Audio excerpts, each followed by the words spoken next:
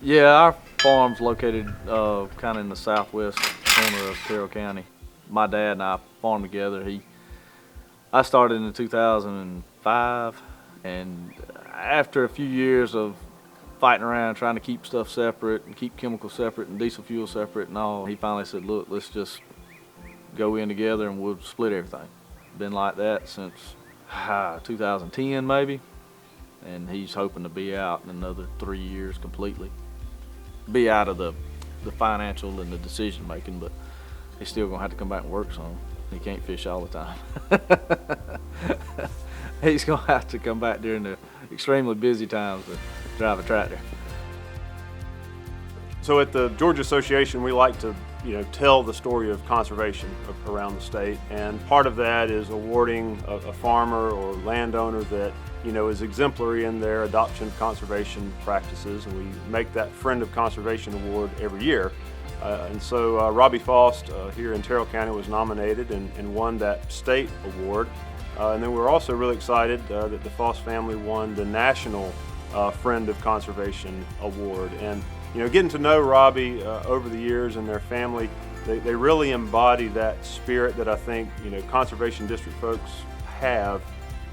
He's not one to get on camera much and talk about what he does, but when you ride by his farm, you see it. They're really out there demonstrating conservation, and I really think that's the key mark of a good conservation leader. You don't have to be told they're doing it; you can see it.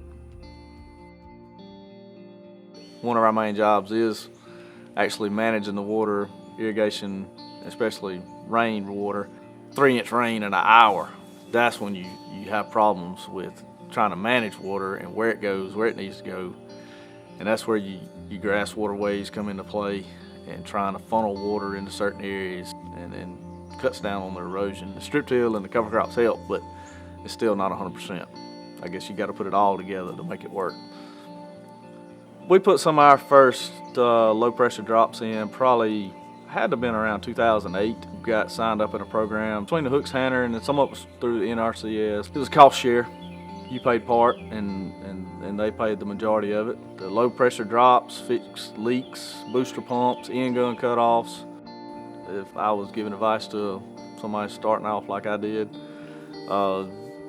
don't necessarily fall in a rut of this is how my family's been doing it for ages and ages and years. Look at other options and the time involved and to me the savings and the equipment and the amount of water you're having to pump. That would be the way I'd have to go. I would recommend is definitely doing some kind of minimum tillage instead of spending all your time doing conventional tillage.